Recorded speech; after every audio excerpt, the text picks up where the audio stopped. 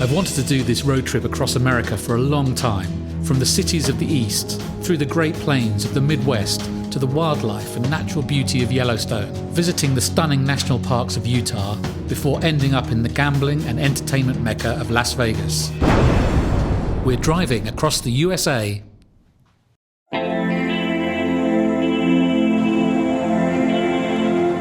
We're staying with our niece in Lower Manhattan, so we spend the first day exploring on foot, starting with the iconic Brooklyn Bridge.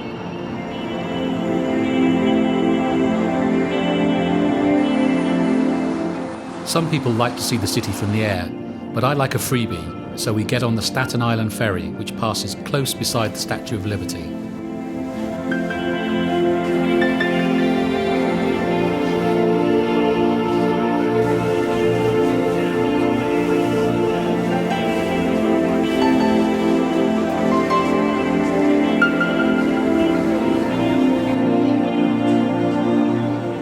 There's nothing really to see on Staten Island, so we board the next ferry back and get a great view of the Manhattan skyline.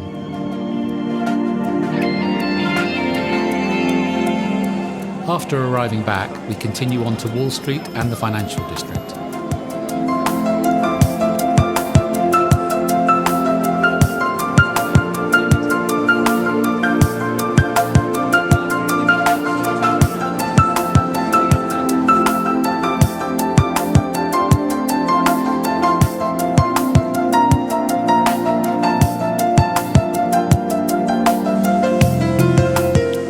Our final destination today is the sobering 9/11 Memorial, which marks the footprint of the World Trade Towers and those who lost their lives. When we were here 20 years ago, we both went to the observation deck at the top of the towers, so their absence now is really poignant. The following day, we head to Central Park, starting out at the Dakota Building where John Lennon was shot and killed. The first thing you see as you enter the park is the Imagine Garden, planted in his honour, and there are plenty of musicians and artists around to entertain you.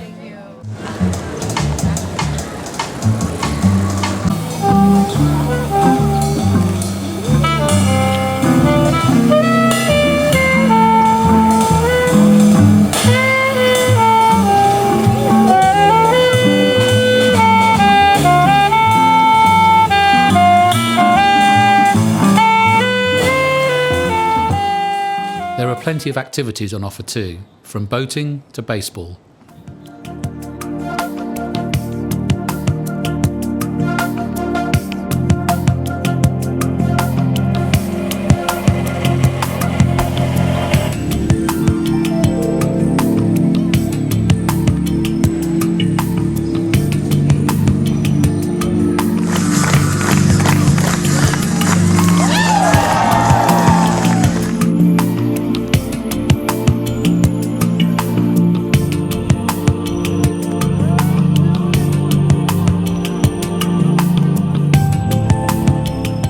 For our final evening in New York, our niece takes us by water taxi to Brooklyn for a delicious Mexican meal and margaritas while we view Manhattan by night.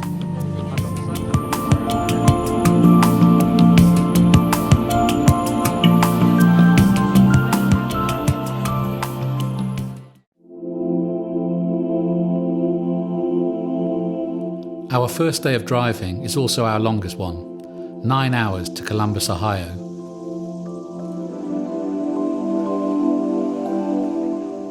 We spend the next few days hanging out with our friends here, including an interesting trip to the historic German district, beer and bratwurst included.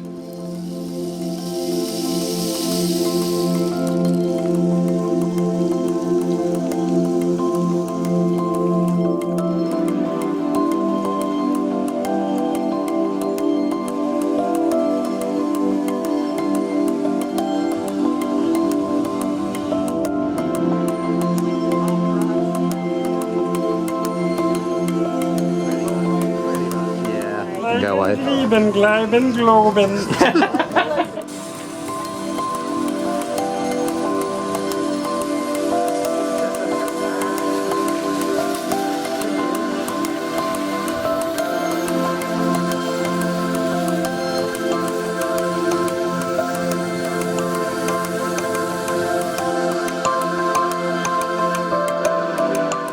From Ohio, we continue on to Chicago for a whistle-stop tour of the Windy City.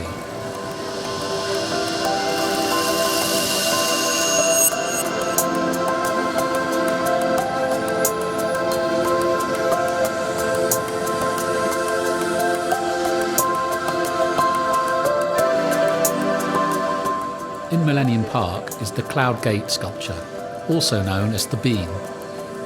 When you get up close and personal, it becomes very kaleidoscopic and psychedelic.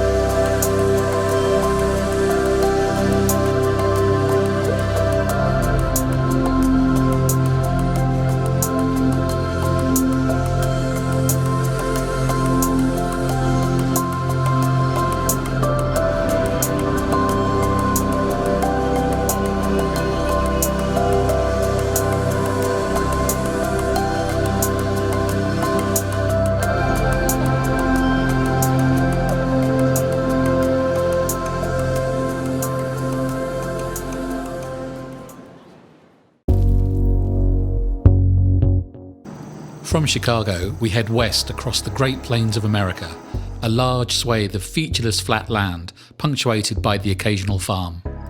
There are a few highlights along the way though, starting with the movie set for the 1989 movie Field of Dreams. This corn farm still has the baseball field which they built for the film, and we have fun recreating a couple of scenes. If you build it, they will come.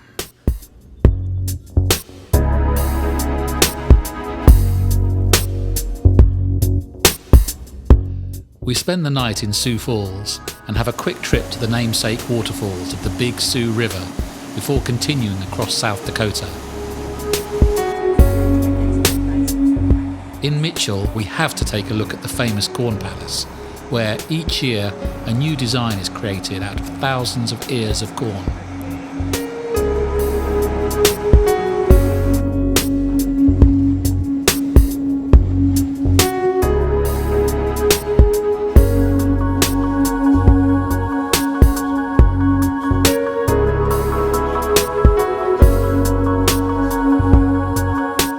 Another long, featureless drive to Rapid City is only broken up by a rest stop and viewpoint of the Missouri River before we arrive at our first American national park, the Badlands. These colourful striped mountains and eroded buttes feel like another planet as we walk and drive through them.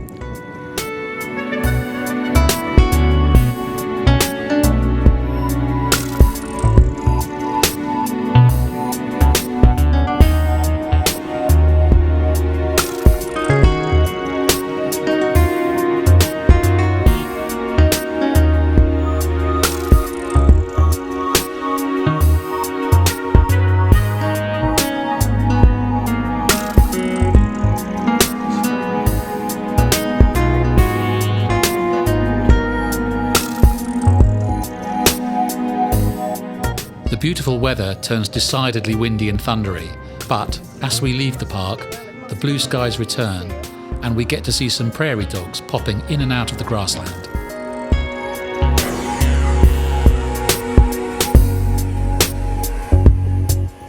For hundreds of miles, we've seen billboards advertising the Wall drugstore, so we had to stop off at this cheesy cowboy-themed shopping mall.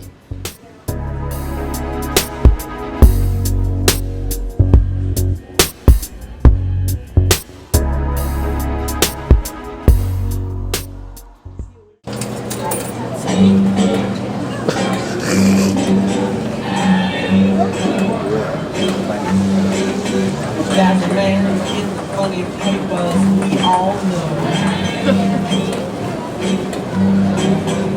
He lives way back a long time ago.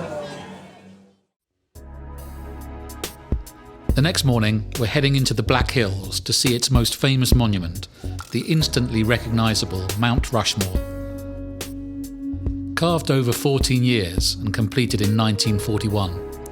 The featured presidents are George Washington, Thomas Jefferson, Theodore Roosevelt and Abraham Lincoln.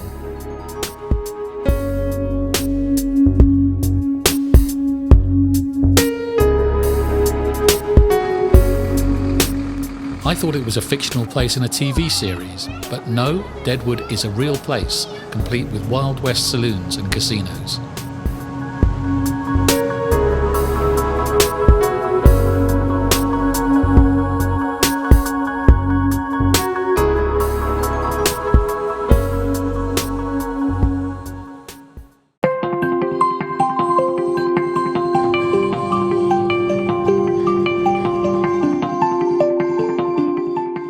We enter Wyoming, and a highlight of our USA trip, the magnificent Yellowstone Park.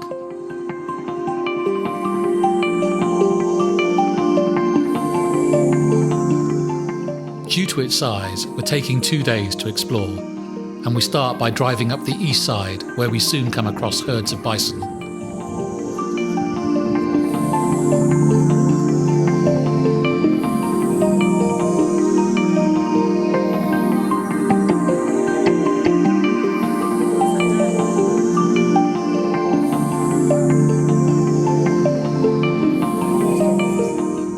The wildlife is even responsible for traffic jams in the park.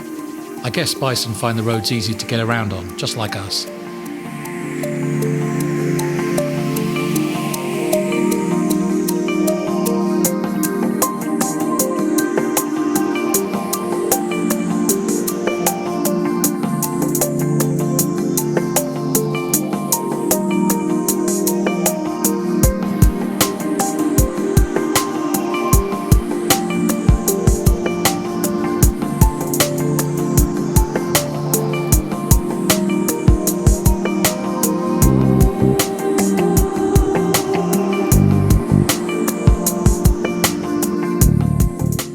The following day, we come back down the west side of the park. With its more active geothermal features, there are geysers every few miles or so.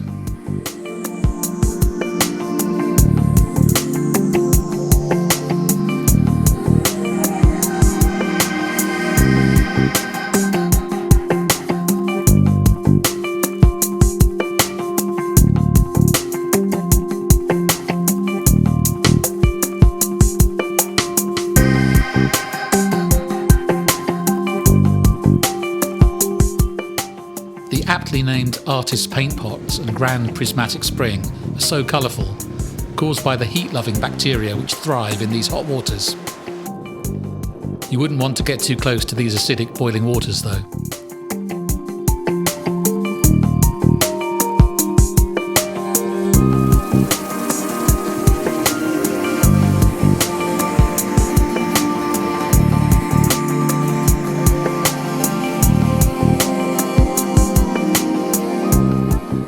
Our final highlight in the park is Old Faithful Geyser, which, as the name suggests, guarantees a regular eruption every couple of hours.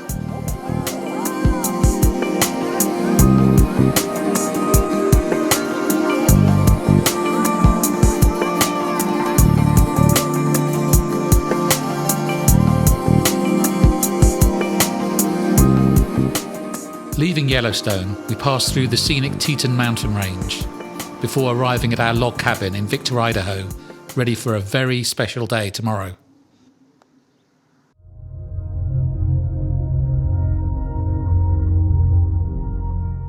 The sky is clear and we're extremely excited because today is the day of a total solar eclipse.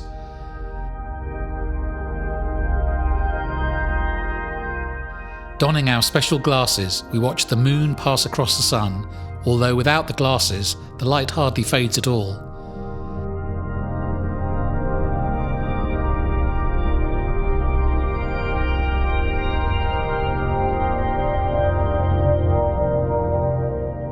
Then, suddenly, it's as if a dimmer switch has been activated and the darkness falls.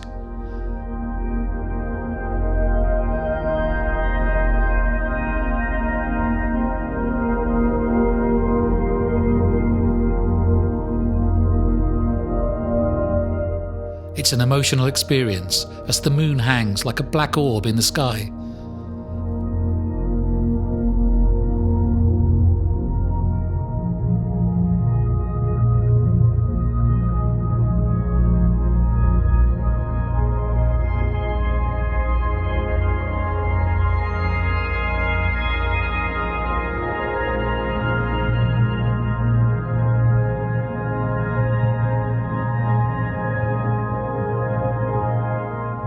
A brief 2 minutes and it's all over, and normality is resumed, but it's an experience we'll never forget.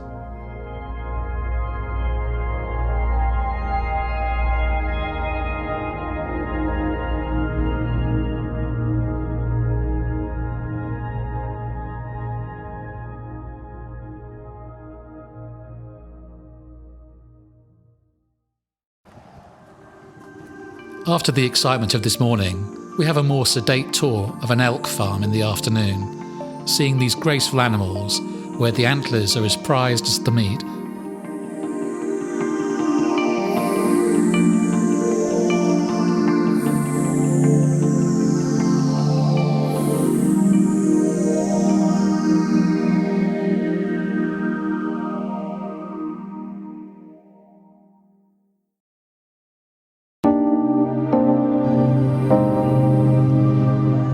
Heading south into Utah and through Salt Lake City, we arrive at Moab, home to 2 stunning national parks. The first, Canyonlands, is like a low-key version of the Grand Canyon, but with fewer visitors. From high up on the plateau, you can look down on the winding gorges carved by the Green River and Colorado River.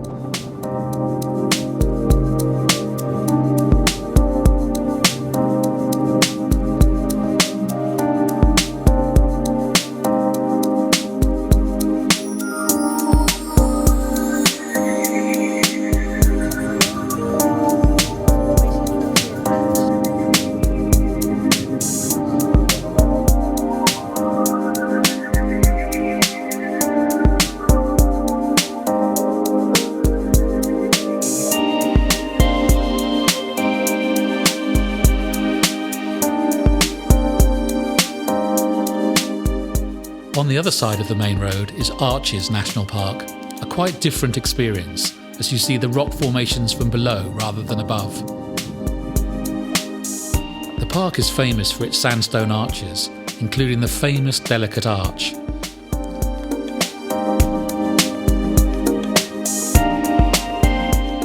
There are many trails which allow you to walk up close to these fragile natural sculptures.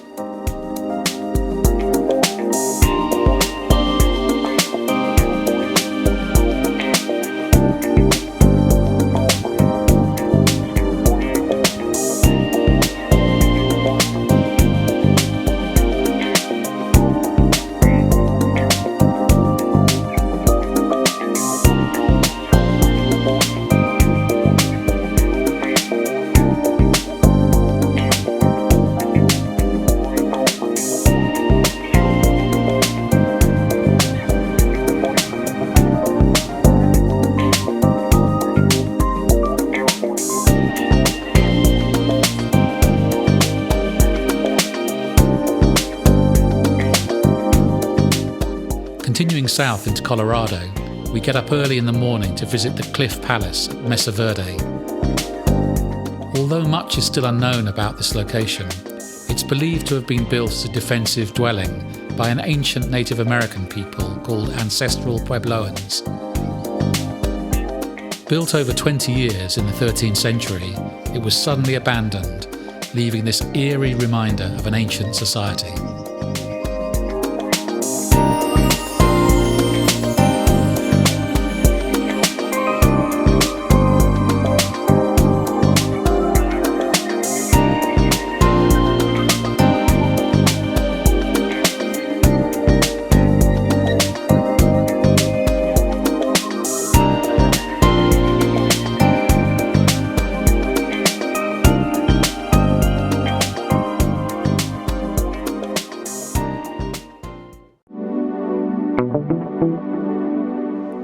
It's the last leg of our journey through Arizona, starting with an adventurous walk at Natural Bridges National Monument.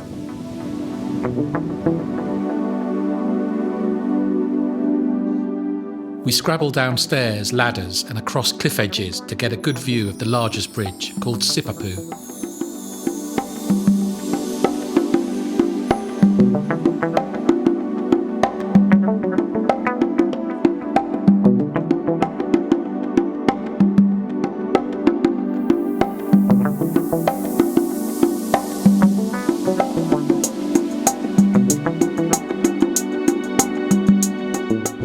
pick this road, Neil? This is great.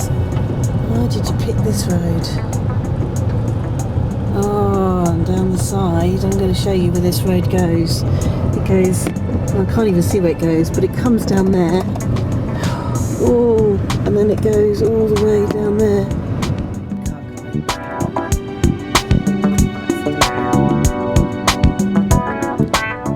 Driving on, we brave a vertigo-inducing gravel road down a cliff to reach the goosenecks overlooking a deep meandering of the San Juan River.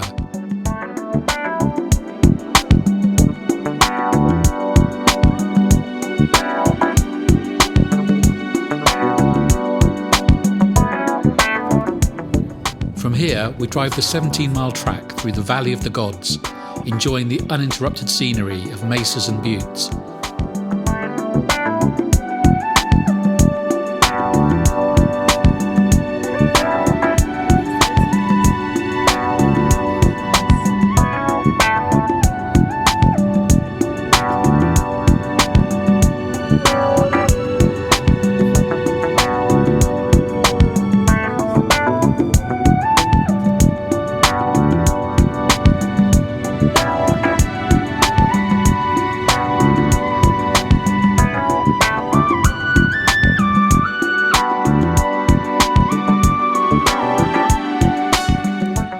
Finally arrive at our home for tonight, Monument Valley, where we have a cabin at the Navajo-owned View Hotel.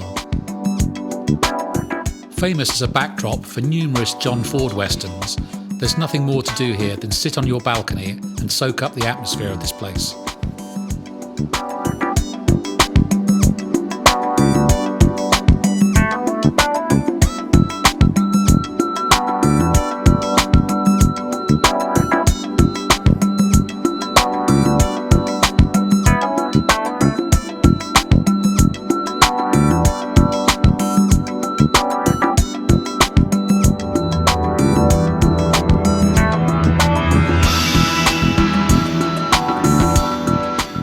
We watched the sunset over the valley, and a few hours sleep later, watched the sun rise again in the morning.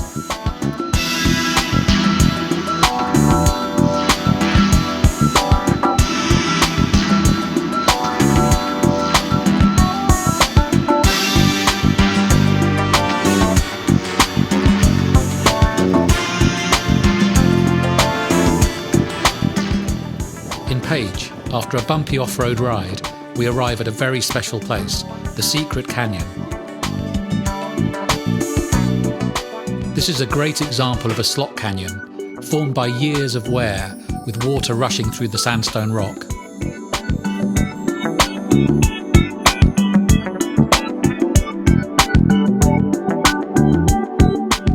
There are only 6 people here, so we have it pretty much to ourselves, much better than the overpopulated Antelope Canyon nearby.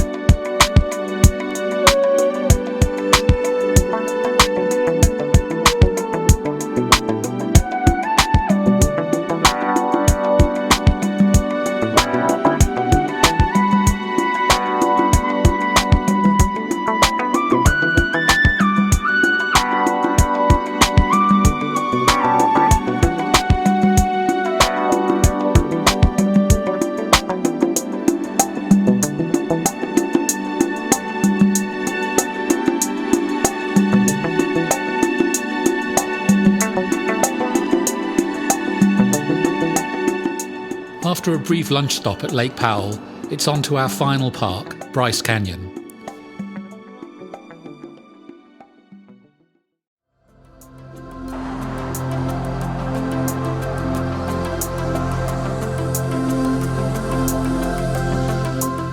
Bryce is a collection of giant natural amphitheatres filled with distinctive geological structures called hoodoos. For the best experience, you need to walk down amongst the rocks, or horse ride if you want.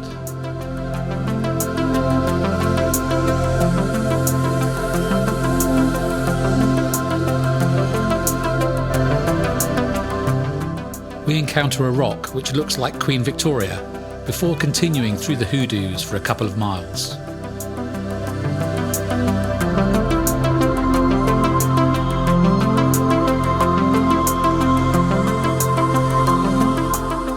There's a grueling uphill walk out of the canyon, but it's worth it for the stunning vistas.